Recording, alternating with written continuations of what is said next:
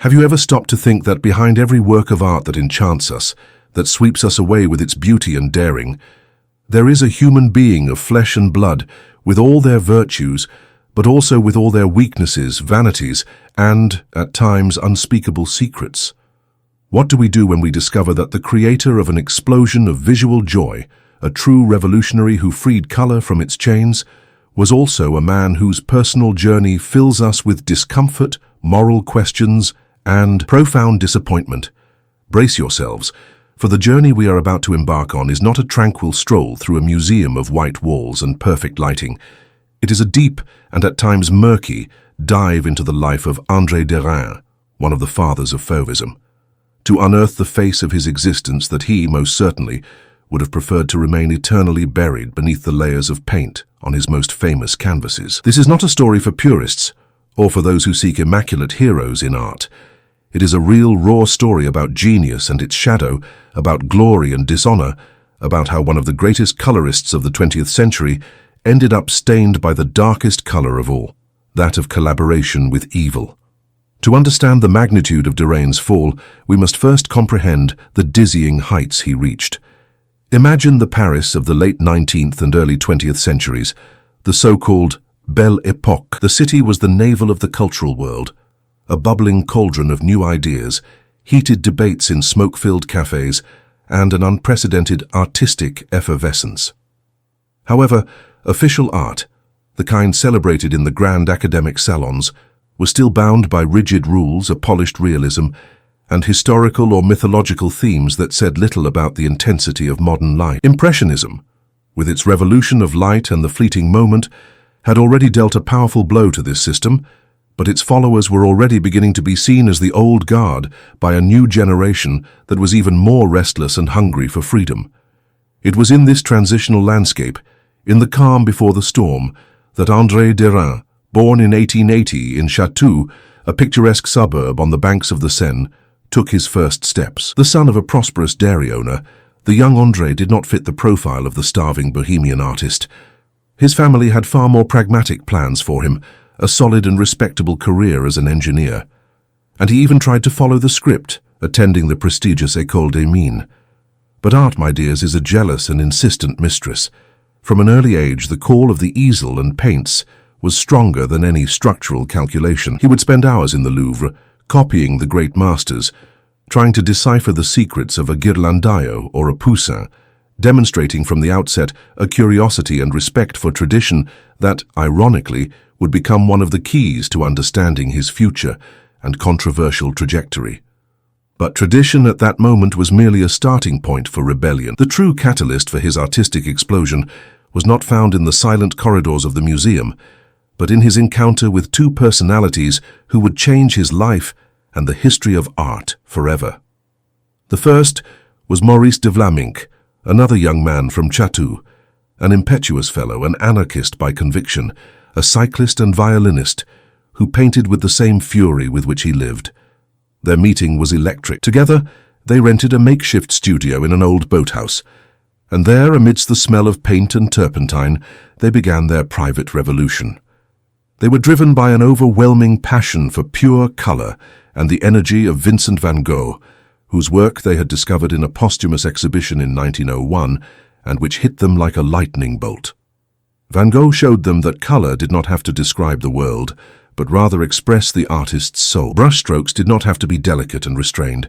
They could be violent, turbulent, laden with emotion. Vlaminck, the more instinctive of the two, wanted to burn down the École des Beaux-Arts with his cobalts and vermilions. Derain, though more cerebral and studious, shared the same fire. He was the bridge between Vlaminck's raw passion and the intellectual sophistication that was to follow. That sophistication arrived in the figure of Henri Matisse, a few years older, and already with a reputation as a serious and innovative artist. Derain had met him before, during classes with the symbolist painter Eugène Carrière, but it was through him that the trio was consolidated. Matisse was the theorist, the master who could articulate in words and concepts the revolution they felt instinctively. He brought a sense of purpose and intellectual direction to the group. If Vlaminck was the brute force and Derain the intelligent energy, Matisse was the wisdom that channeled this torrent. Together, and with other artists who orbited around them, such as Albert Marquet, Kees van Dongen, and Raoul Dufy. They formed the core of what was about to become the first major artistic scandal of the 20th century.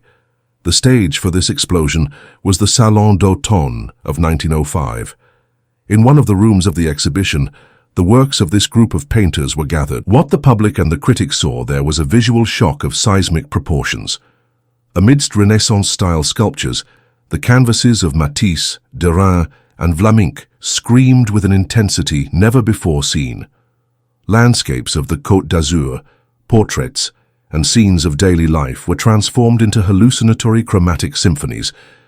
The sky could be yellow, the sea could be pink, the trunks of trees could be electric blue, and human faces were marked with strokes of green and violet. The logic of local color, the idea that grass is green and the sky is blue, had been completely annihilated.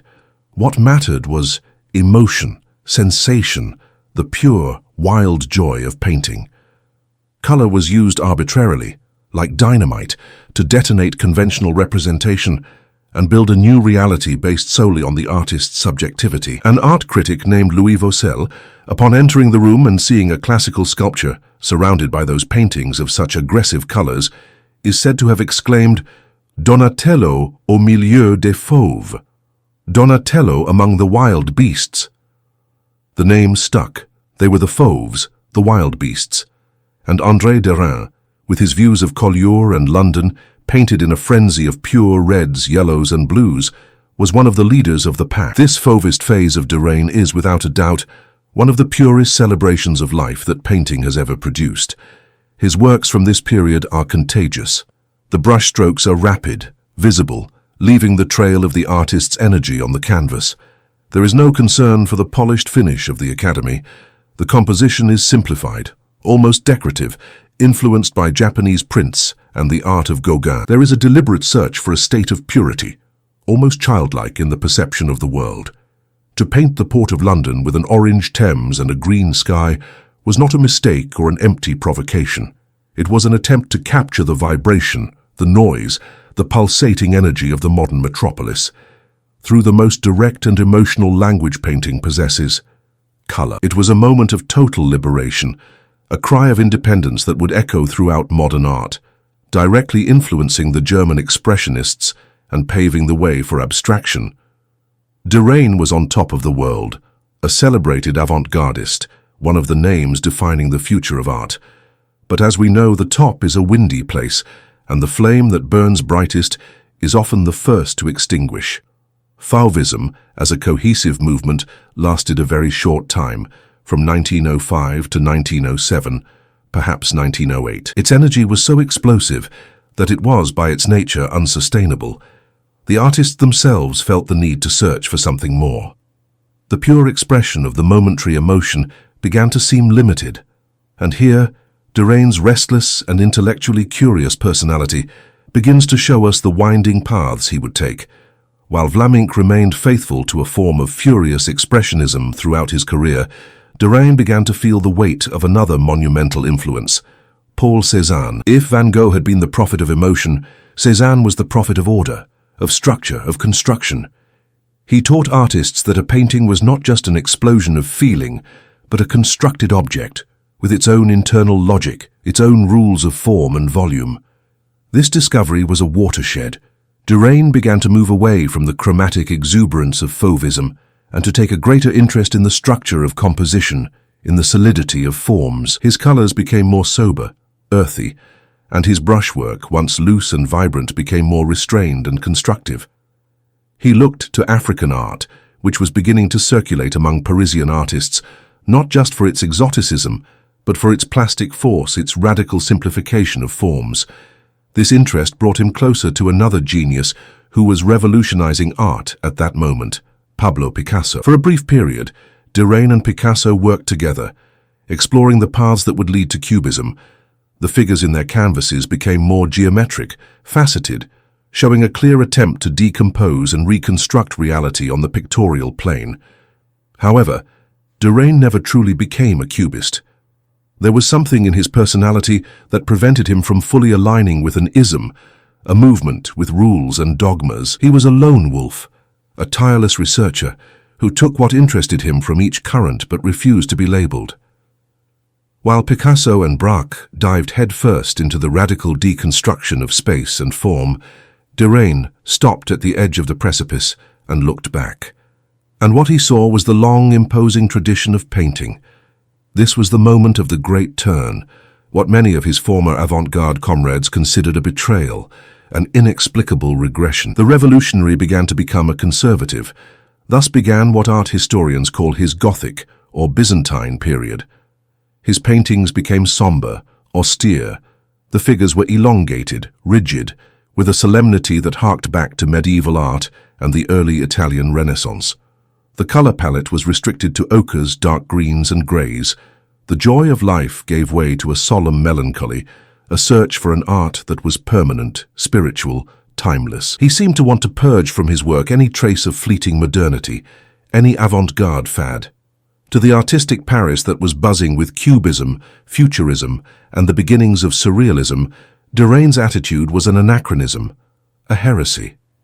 The man who had helped set fire to the temple of tradition now seemed to want to become its high priest. This search for the past deepened in the following decades, culminating in a frank and open return to classicism. Derain began to look to the masters of the Renaissance like Raphael, and to the great French classicists like Poussin and Corot. His compositions became balanced, orderly, almost theatrical. He painted still lifes, nudes, and landscapes that could have come from a 17th or 18th century museum, albeit with a certain roughness and a restrained modernity that betrayed their 20th century origin. From a technical point of view, his skill was undeniable. He was an extraordinary painter, a master of the craft. But for the avant-garde, he was dead. He was seen as an artist who had lost his nerve, who had traded innovation for the comfortable security of academicism. As his art took this conservative turn, his personal life also stabilized into a bourgeois routine. He married Alice Princet, a well-known figure in bohemian circles, and achieved considerable commercial and critical success. He was no longer the young rebel from Chatou. He was an established master, with a comfortable house in Chambourcy, an impeccable studio, and a prominent place in the official art scene. He won important awards, such as the Carnegie Prize in 1928, and his works were sought after by wealthy collectors and institutions. He had achieved everything an artist could desire in terms of recognition. However, this acceptance by the establishment was accompanied by a growing distance from his former revolutionary ideals. And it is in this context of a man who renounced the avant-garde and embraced tradition that we arrive at the darkest and most indefensible chapter of his biography. The rise of Nazism in Germany and the subsequent occupation of France during World War II placed all of French society, and particularly its artists and intellectuals, before a brutal moral choice: resist, flee, or collaborate. Many, like Picasso, remained in Paris in a form of passive resistance, with their art being deemed degenerate by the regime. Others actively joined the resistance, risking their lives for freedom. And some, through a mixture of opportunism, naivety, vanity, or ideological conviction, chose the path of collaboration. André Derain, to the surprise and horror of many, found himself in this last group. Nazi ideology had a very clear view of art. They despised modern art, which they considered a manifestation of decadence of Jewish and Bolshevik influence. Fauvism, Cubism, Expressionism, everything Derain had helped to create, was the enemy. In contrast, the Nazis promoted a neoclassical, heroic, realistic, and idealized art that exalted the values of order, family, and fatherland. Now, Derain's late style, with its return to classicism, its search for order and timeless beauty, fit perfectly, albeit unintentionally, into this reactionary aesthetic. His former avant-garde colleagues were the degenerates, while he, the traitor to modernity, was now seen by the occupiers as an example of a French master who upheld the true artistic tradition. The siren song of official recognition, now coming from the most sinister quarter possible, proved irresistible. In 1941, Derain accepted an invitation from the Nazi government, along with other French artists like Vlaminck, Kees van Dongen, and Othon Fries, for an official trip to Germany. The tour was a carefully orchestrated propaganda event organized by Arno Breker, Hitler's favorite sculptor, with the aim of showing the world an image of normality and cultural flourishing in Europe under the rule of the Third Reich. The French artists were treated with full honors, visited studios, museums, and were received by officials of the regime. The photographs of a smiling André Derain on German soil, shaking the hands of his Nazi hosts, were published in the press and became the indelible proof of his collaboration. For the France that was suffering under the boot of occupation, for the resistance fighting in the shadows, for the Jewish artists who were being persecuted and murdered, Derain's gesture was an unforgivable betrayal. It did not matter if he considered himself apolitical, if he believed that art transcended worldly conflicts. In that context, there was no possibility of neutrality. To accept the honors of the regime that was humiliating and plundering his country was to take a side. And Derain chose the wrong side.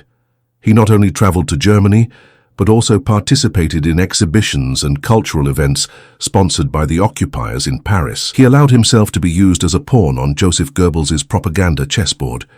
His private life during this period reflects the same duplicity and moral complexity.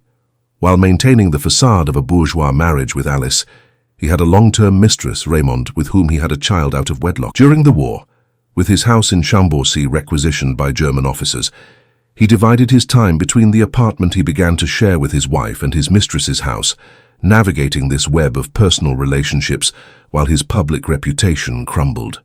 He was a man who seemed to have lost his moral compass, both in the private and public spheres. When Paris was liberated in 1944, the reckoning was inevitable. The euphoria of victory was accompanied by a process of epuration, purification, in which those who had collaborated with the Nazis were judged, punished, and in many cases publicly execrated. Derain was detained and interrogated. He defended himself unconvincingly, claiming his trip to Germany was a naive gesture, an attempt to protect French art and to obtain the release of prisoners of war, arguments that many other collaborators used. He escaped severe formal punishment, but the verdict of the art world was implacable. He was labeled a collabo, a traitor. His former friends turned their backs on him.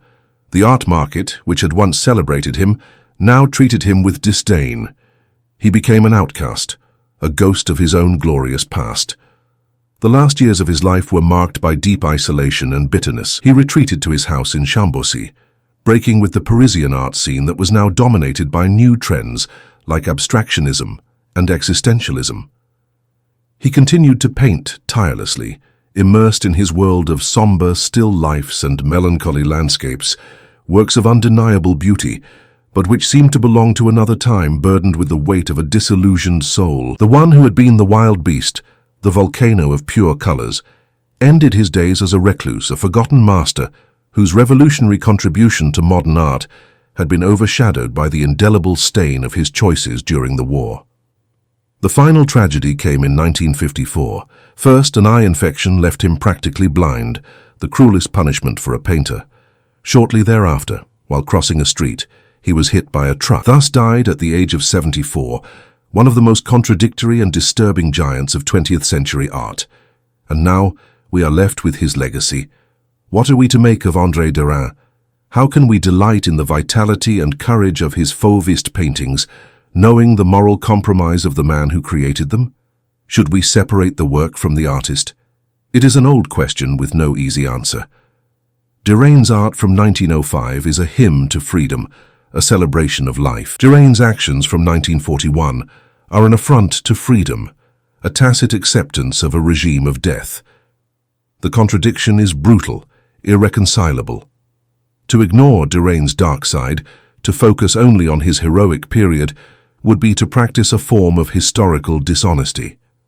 It would be to create a myth, a cardboard hero, and not to look at the uncomfortable complexity of the human being. The truth that Derain would hate for us to know is not just a gossipy biographical detail. It is the key to understanding the fragility of human character, even in the presence of genius. It shows us how the search for order and tradition, when taken to an extreme, can become a dangerous affinity for reactionary ideologies. It shows us how vanity and the need for recognition can blind a man to the barbarity that surrounds him. The story of André Derain is a moral tale for our time. It forces us to question the nature of genius and the responsibility of the artist. And it leaves us with a disturbing lesson. The same hands that can create the most sublime beauty are capable of shaking the hands of evil. To admire Derain's art today requires a strong stomach. It requires us to look at his vibrant landscapes and see not only the genius of the colorist, but also the ghost of the man who lost his way. A man who began as a wild and free beast and ended as a tamed animal in a golden cage of his own making. And that, perhaps, is his greatest and most tragic work.